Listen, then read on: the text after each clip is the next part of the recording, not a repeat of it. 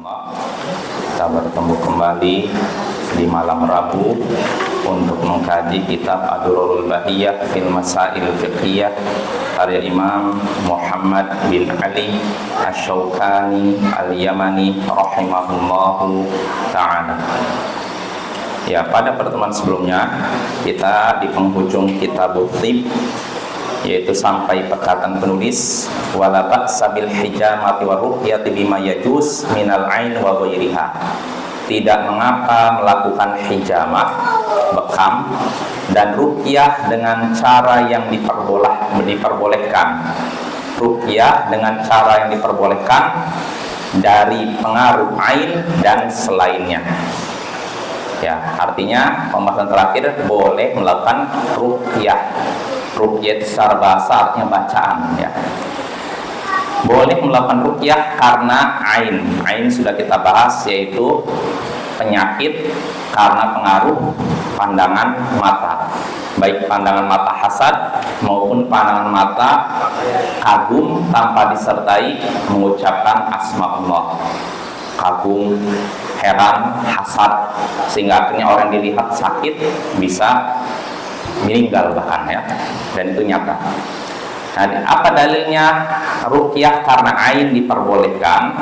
Di sini sebutkan dalam hadis Anas dalam Sahih Muslim dan selainnya. Anas berkata, "Rakhasa Rasulullah sallallahu alaihi wasallam fi ruqyati minal aini wal humah wan namlah." Rasulullah sallallahu alaihi wasallam mengizinkan atau memberikan keringanan untuk melakukan ruqyah karena ain, humah, dan namlah. Rasulullah memberikan keringanan, kata Anas bin Malik, memberikan keringanan untuk melakukan ruqyah karena ain, humah, dan namlah. Ain, penyakit karena pengaruh pandangan mata. Sedangkan humah di sini Imam Asy-Syaukani menyebutkan wal muradu bil humah as-summu min dawati sumum, yaitu racun. Jadi boleh meruqyah karena kena racun. Dan ada juga yang menafsirkan humah itu penyakit karena sengatan kalajengking. Jadi kalau kena penyakit kita terkena sengatan kalajengking, bisa diobati dengan cara apa? Ruqyah. Itu yang kedua, namlah. Ain, pengaruh pandangan mata. Humah, karena bisa diartikan karena racun atau karena sengatan kalajengking. Namlah, yaitu al-quruh takhruju minal jan, luka yang keluar dari sisi tubuh. Ya, mungkin saya juga nggak tahu gambarnya seperti apa. Artinya apa? Penyakit ini lukanya menganga di sisi tubuh. Apa kalau zaman sekarang? Apa penyakit apa? Saya nggak tahu kalau di zaman sekarang apa namanya. Mungkin infeksi alam, ya. Jadi kayak ada bolong keluar dari sisi tubuh sini. Dan ini di zaman dahulu ada seperti itu, ya. Cuman saya nggak tahu namanya kalau zaman sekarang apa itu penyakit apa.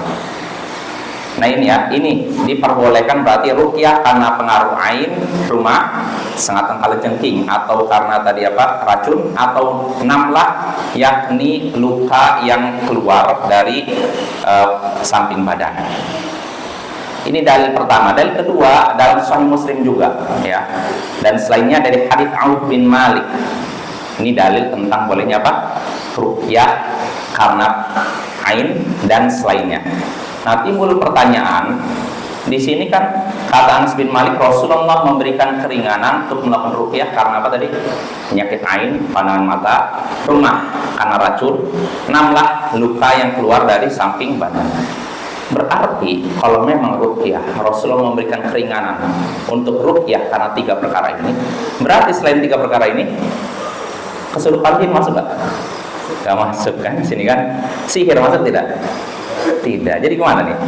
Karena dalam hadis Anas bin Malik menyatakan Rasulullah memberikan keringanan untuk meruqyah karena 3 perkara. Nah, perlu kita ketahui ya ikhwah, di sini perkataan Anas, Rasulullah memberikan keringanan untuk melakukan ruqyah karena 3 perkara. Ini bukan pembatasan. Artinya ruqyah bukan cuma diperbolehkan karena mengobati 3 perkara ini, tapi boleh juga karena kesurupan, boleh juga karena kena sihir dan semacamnya. Bahkan ruqyah untuk penyakit badan pun diperbolehkan. Ya, orang sakit nih, dia nggak punya uang untuk beli obat kimia, obat herbal nggak punya, maka ruqyah jadi itu. Dan ini terjadi pada Imam Ibnu Qayyim. Beliau pernah beberapa lama, sekitar sebulan di Mekah sakit. Beliau hanya membaca Al-Fatihah dengan zam-zam. Begitu sembuh, nggak makan sama sekali. Karena ada penyakit tertentu yang kata dokter nggak boleh makan, cuma minum saja. Ada tidak? Ada. Seperti itu ada Bapak ya. Seperti yang terjadi pada Syekh Al-Albani, beliau pernah begitu. Jadi dokter cuma mengizinkan hanya minum saja, nggak boleh makan. Tak penyakitnya apa gitu. Nah jadi begitu ya. Ruqyah itu bukan cuma 3 saja, tapi boleh juga untuk selain 3 ini. Contohnya ketika ada yang kesurupan, kita ruqyah boleh, bacakan ayat Al-Quran dan semacamnya boleh. Dalilnya apa? Ketika sahabat Nabi Uthman bin Uthman bin Abil As ya, kalau tidak salah, dia merasakan seperti orang yang kesurupan, tanda-tanda kayak agak linglung gitu kan. Maka Rasulullah menepuk dada Uthman lalu berkata, "Ukhruj ya aduwallah min sadri Uthman." Keluarlah engkau wahai musuh Allah dari dadanya Uthman. Jadi bacakan ayat Al-Quran, suruh keluar. Nah ini ruqyah yang sebenarnya, bukan diajak taharuf, kenalan. Gimana kamu asalnya? Oh dari ini, dari pesisir. Siapa nama kamu? Oh gitu. Kau pernah nggak jalan-jalan nggak ke Padang? Pernah nggak diajak ngobrol? Ini bukan ruqyah apa ya? Ini namanya ta'aruf ya. Ruqyah nggak seperti itu. Ruqyah itu sekedar kita kalau di situ ada jin, kita bacakan suruh dia keluar. Atau ngajak dia masuk Islam, gitu aja. Kita misalkan menanyakan agamanya, nggak masalah ya. Biar tahu, walaupun namanya jin tidak bisa dipercaya karena sering apa? Bohong. Tapi nggak masalah, kita ini dulu, ulik dulu apa agamanya. Kalau misalkan agamanya bukan agama Islam, ajak dia masuk Islam. Nah kalau dia terima, alhamdulillah sudah urusan dia. Nah, kalau misalkan dia nggak mau, ya dia suruh keluar.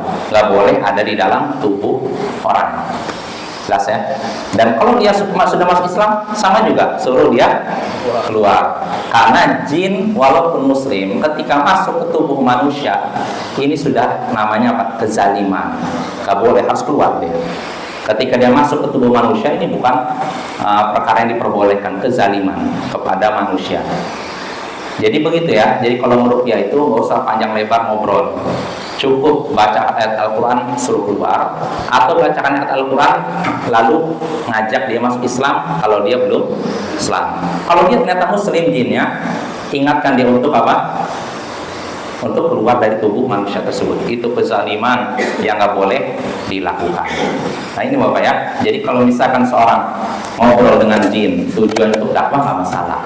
Tapi kalau untuk ngobrol bercanda panjang lebar 1 jam lebih, ketawa-ketawa, nah ini nggak layak ya.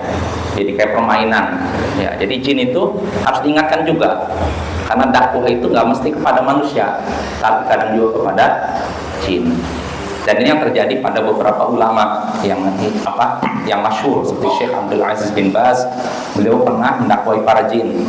Syekh Muqbil bin Hadi Al-Wadi'i, beliau juga pernah mendakwai jin supaya mereka masuk Islam atau mereka belajar sunnah ya. Karena jin juga macam-macam, ada juga suka bid'ah juga ada ya. Jadi macam-macam nih.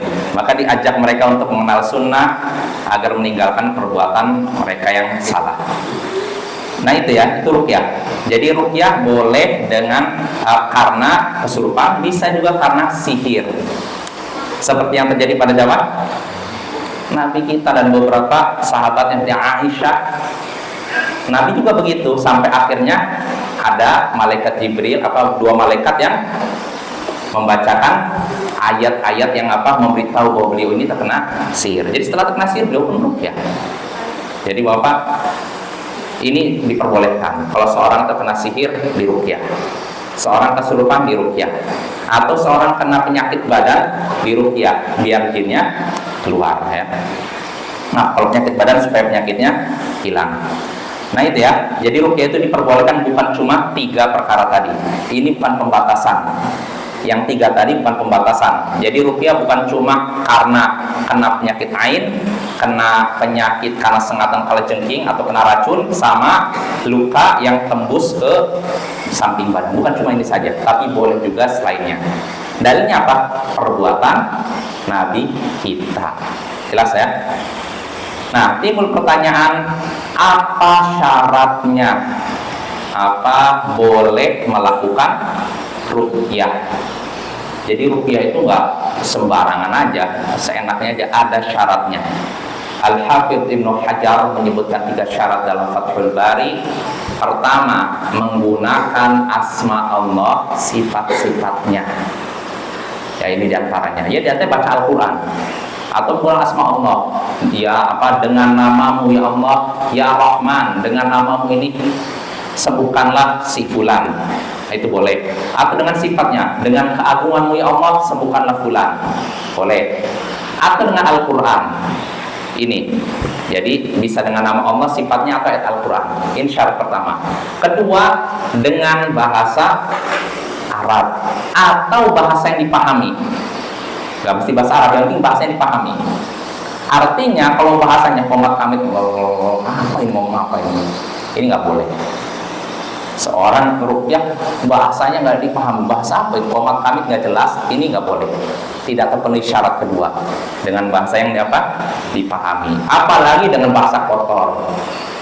Boleh ruqyah dengan bahasa kotor. Kenapa saya sebutkan gini, Bapak? Saya pernah baca buku humor. Katanya ada seorang kiai punya karomah. Karomahnya apa? Suatu hari ada orang di satu daerah yang nggak mau saya sebutkan namanya, sensitif. Kiai ini kedatangan seorang yang sakit lah. Pokoknya badannya kayak bengkak, entah perutnya kayak bengkak gitu. Nah tapi dokter meriksa normal. Berarti ada kemungkinan apa? Hasil akhirnya di ruqyah. Cuma ketika ruqyah, yang herannya dia mengucapkan kata-kata tertentu yang membuat keluarga si korban, si pasien ini tertawa. Kenapa? Si kiai ini mengucapkan istilahnya kata ya kemaluan lah di suatu bahasa daerah. Sehingga akhirnya apa? Keluarga si pasien tertawa. Tapi herannya katanya jinnya keluar. Kok bisa? Mengucapkan bahasa kotor tapi jinnya keluar. Jadi di situ dikasih komentar di buku itu, ini menunjukkan karomah kiai tersebut. Jelas karomah. Karomah kan sudah kita bahas, artinya keajaiban, peristiwa luar biasa yang Allah berikan kepada wali Allah, kepada orang soleh ya. Tapi ini karomah. Ngeruqyah pakai bahasa kotor keluar jinnya. Ini bukan karomah, Bapak, bukan karomah wali Allah, ini karomah wali syaitan. Iyalah, masa bahasa kotor. Berarti kalau jinnya keluar, jinnya satu geng sama kiai ini ya, kiai gadungan ya kan. itu saya baca di bukunya itu, geleng-geleng. Yang herannya dianggap sebagai karomah. Bayangkan, mengerikan sekali kan? Dan yang sebenarnya tidak diizinkan. Jadi kata Al-Hafidz Ibnu Hajar, pertama harus menggunakan asma Allah dan sifat-sifatnya atau ayat Al-Quran. Kedua dengan bahasa Arab atau bahasa yang dipahami, bukan bahasa yang tidak jelas, apalagi bahasa kotor. Lalu ketiga, kata Ibnu Hajar, harus meyakini bahwa itu perantara saja, sebab saja. Sedangkan yang menentukan kesembuhan Allah. Maka kalau seorang ruqyah lalu meyakini yang menyembuhkan adalah ruqyah itu bukan Allah, berarti ruqyah ini tidak diperbolehkan. Jelas ya? Jadi ruqyah itu nggak bisa sembarangan ya. Makanya nggak boleh ruqyah dengan kalimat-kalimat yang mengandung syirik. Nggak boleh. Apa dalilnya? Hadisnya yang dibaca, yang akan kita baca ini. Kata Imam An-Nawawi rahimahullah di sini, wa akhraja Muslim rahimahullah taala wa ghairu min hadits Auf bin Malik qal, Imam Muslim semoga Allah merahmatinya dan selainnya meriwayatkan dari hadis Auf bin Malik, ia berkata, kunna narqa fil jahiliyah, dulu kami melakukan ruqyah di zaman jahiliyah. Ruqyah di zaman jahiliyah. Fakulna, maka kami pun berkata, ya Rasulullah, kaifa nara fi dzalik? Wahai Rasulullah, bagaimana pandanganmu tentang demikian? Apa demikian sini? Ruqyah. Jadi bagaimana pandanganmu tentang ruqyah? Boleh tidak? Dulu kamu di zaman jahiliyah sering ruqyah. Ya. Maka apa pandanganmu tentang demikian? Faqal, maka beliau pun bersabda, i'ridu alayya ruqakum la ba'sa birruqa ma lam yakun fihi syirk. Tampakkanlah kepadaku ruqyah kalian. Jelaskanlah kepadaku ruqyah kalian. Tidak mengapa melakukan ruqyah selama tidak ada syirik padanya. Nah ini dalil apa di antara ketentuan bolehnya ruqyah, tidak boleh ada unsur syirik. Unsur syirik seperti apa? Minta tolong kepada jin, minta tolong kepada wali, kepada nabi, kepada orang soleh tertentu, nggak boleh. Kalau ruqyah ada model seperti itu, maka ruqyah itu terlarang. Dan itu bukan ruqyah syariatkan, itu namanya ruqyah syirik. Jelas apa ya? Dan itulah yang dimaksud dalam hadis Nabi, innar ruqa wat tamaim wat tiwalah syirik. Sesungguhnya ruqyah, tamimah bisa diartikan jimat, dan tiwalah pelet itu adalah syirik. Ruqyah, jimat, pelet adalah syirik. Ruqyah, ruqyah syirik. Maksudnya para ulama ruqyah dengan menggunakan kata-kata apa? Syirik. Contohnya permintaan tolong pada jin, kepada wali dan semacamnya. Itu syirik. Kalau dia dengan orang ini akan perhatikan dan nonton ya. Dengan salawat Nabi ya. Salawat Nabi. Ya boleh aja. Salawat diperbolehkan. Oke, dengan itu. Dengan keyakinan itulah. Namun ya, zahirnya kan dia meruqyah dengan. Biasanya kan kita meruqyah kan dengan baca Al-Quran. Itu aneh aja kan Bang. Kalau jadi ciri khas itu syiar, enggak, ini bermasalah. Kenapa itu? Enggak tahu. Nah itulah. Benar-benar ini kenapa Ya, asalnya Bapak ya salawat kan artinya berdoa kepada Allah untuk Nabi kita kan. Kita mendoakan Nabi selain salawat kayak gitu. Jelas ya? Salawat artinya kita bukan berdoa kepada Nabi, kita berdoa kepada Allah untuk Nabi kita, mendoakan Nabi kita semoga dapat rahmat dan semacamnya, itu salawat. Nah, bolehkah ruqyah dengan salawat? Ya asalnya itu nggak terlarang. Kata Nabi, tidak mengapa ruqyah selama tidak ada syirik. Jadi sebenarnya salawat nggak masalah, cuma kalau jadi kebiasaan. Masalahnya kan mungkin dia hafal Fatihah. Nah itu. Iya. Fatihah dia udah. Betul. Nakor. Iya, yang lebih utama Al-Quran. Jadi kenapa dia tidak membaca Al-Quran? Kalau saya kadang baca Al-Quran, kadang baca salawat, ya nggak masalah. Tapi kalau terus-menerus baca salawat, tidak baca Al-Quran, jadi kenapa nih? Ada pertanyaan. Jangan-jangan, Bapak ini jangan, walaupun kita nggak bisa memastikan. Kadang-kadang orang tuh salawat, nggak paham makna salawat, dia pikir salawat tuh minta kepada Nabi. Nah, ini bahaya kalau begini.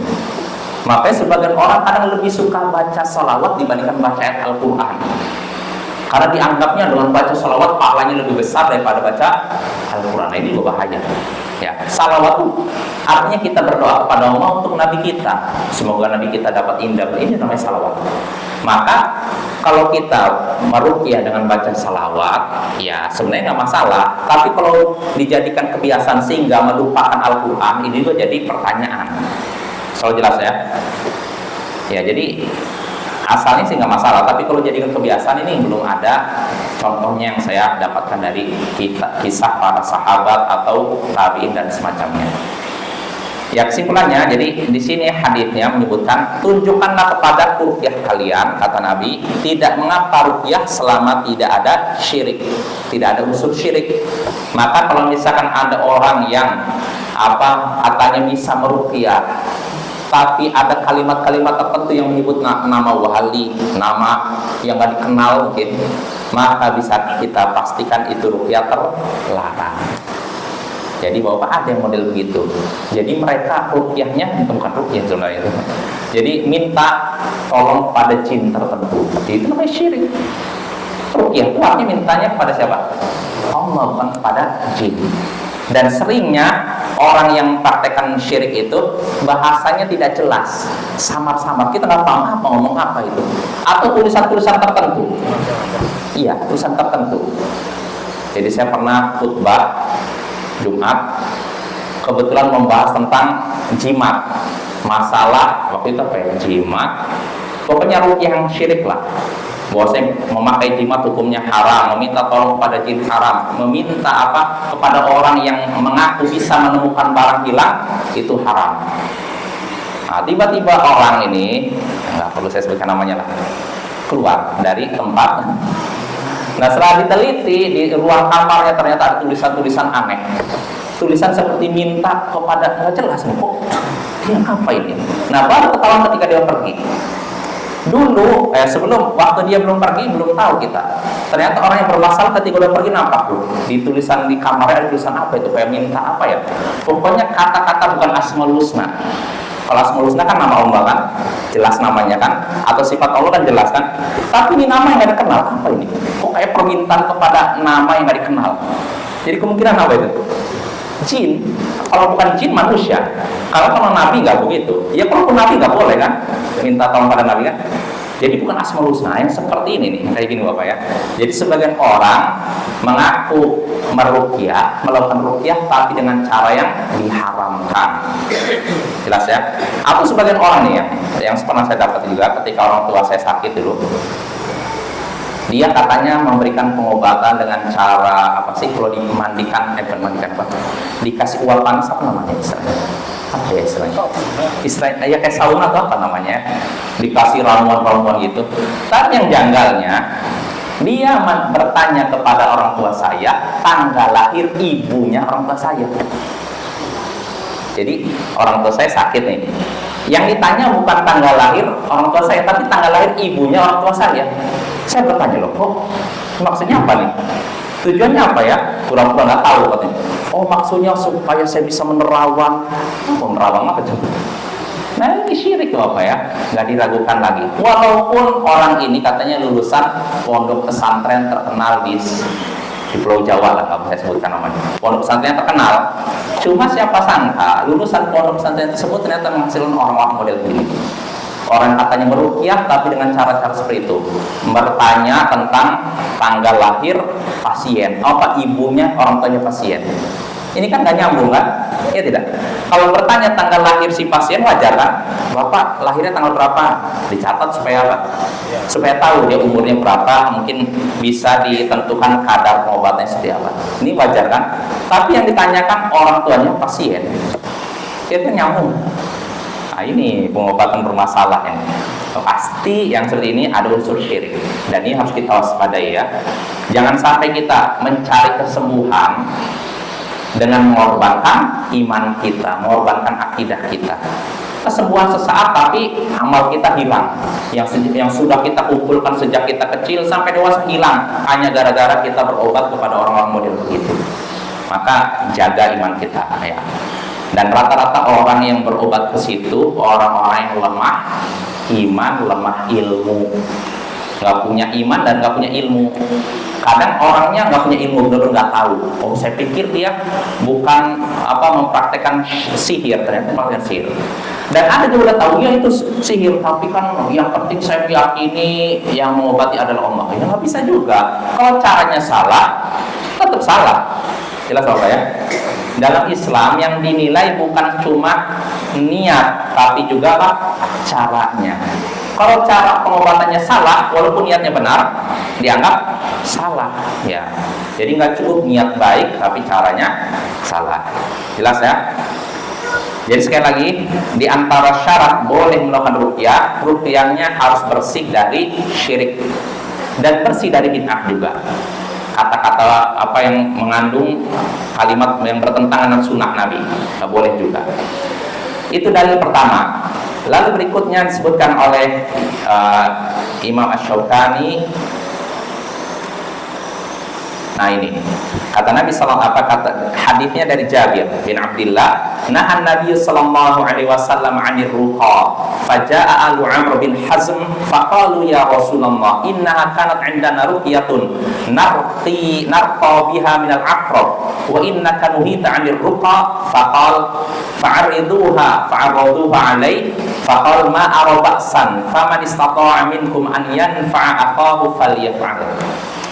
Di sini Jabir menceritakan bahwasanya Nabi Shallallahu Alaihi Wasallam melarang ruqyah, melarang melakukan ruqyah.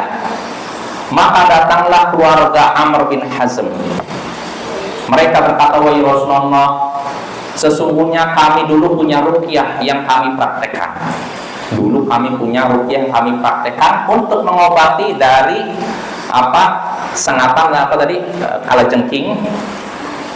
Kami punya ruqyah yang biasa kami praktekkan untuk mengobati penyakit karena sengatan kalajengking. Dan sesungguhnya engkau sudah melarang ruqyah.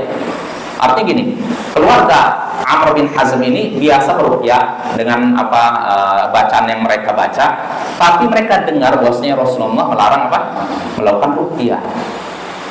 Maka mereka pun menampakkan kepada Nabi ruqyahnya mereka, bacanya seperti apa, dipaparkan, ditampakkan.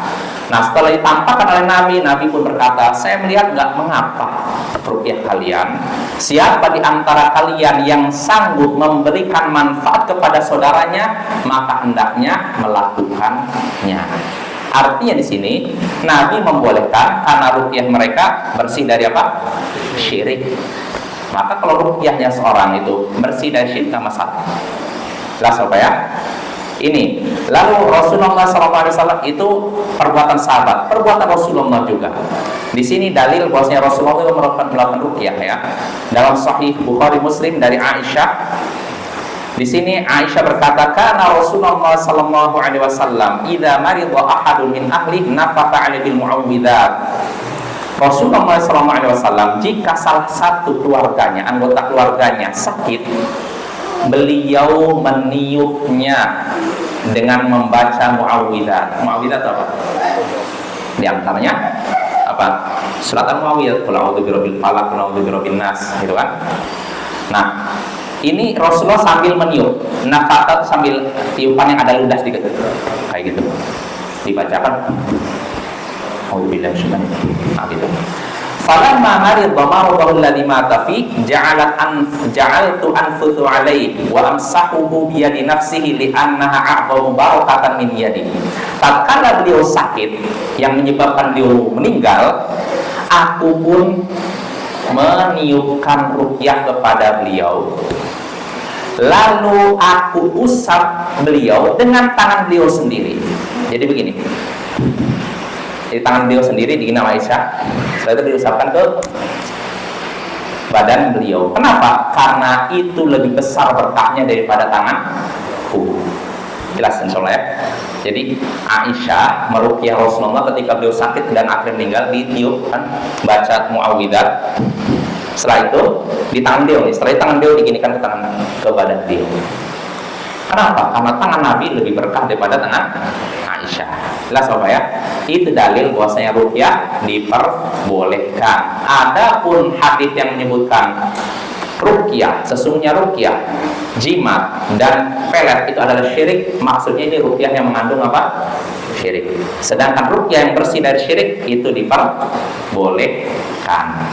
Jelas ya? Nah, dengan ini selesai. Dengan ini kita selesai dari pembahasan tentang ruqyah. Ya, berarti kita masuk pembahasan berikutnya. Pembahasan kitab bukti selesai, kitab tentang pengobatan selesai. Berarti kita masuk pembahasan berikutnya, yaitu kitabul wikalah. Kitab tentang wikalah artinya mewakilkan. Ya, bolehkah kita mewakilkan sesuatu kepada orang lain? Ya, kita bahas. Kata Imam Asy-Syaukani rahimahullah, yajuzu li jaizi tasarruf an yuwakkila ghayrahu fi kulli syai'in ma lam yamna' minhu mani'. Fa idza ba'a al-wakilu bi ziyadatin 'ala ma rasamahu muwakkiluhu kanat az-ziyadatu lil muwakkil. Wa idza qala qawla ma huwa anfa'u aw ila ghairi wa radiya bihi sah. Orang yang boleh mengelola harta diperbolehkan mewakilkan selainnya dalam segala sesuatu selama tidak ada penghalang. Jika wakil menjual sesuatu melebihi apa yang diberikan oleh orang yang mewakilkan, maka tambahan dari yang dijual itu bagi orang yang mewakilkan. Dan jika dia menyalahi, melakukan perbuatan yang bertentangan dengan yang diberikan oleh orang yang mewakilkan kepada yang lebih bermanfaat atau selainnya, dan orang yang mewakilkan ridho, maka itu sah transaksi tersebut. Nah, ini insya Allah akan kita bahas pada pertemuan berikutnya, Pak ya. Jadi ini pembahasan wikalah ini penting nih, supaya kita tahu, karena dalam kehidupan sehari-hari kadang kita tidak bisa melakukan perbuatan sendiri, butuh apa? Orang lain. Nah, butuh wakil. Nah, lantas yang seperti ini boleh atau tidak? Inilah yang akan kita bahas pada pertemuan berikutnya. Wassallallahu ala nabiyyina Muhammadin wa ala alihi wa sahbihi ajma'in, wa akhiru da'wana anil hamdulillahi rabbil alamin. Assalamualaikum warahmatullahi wabarakatuh.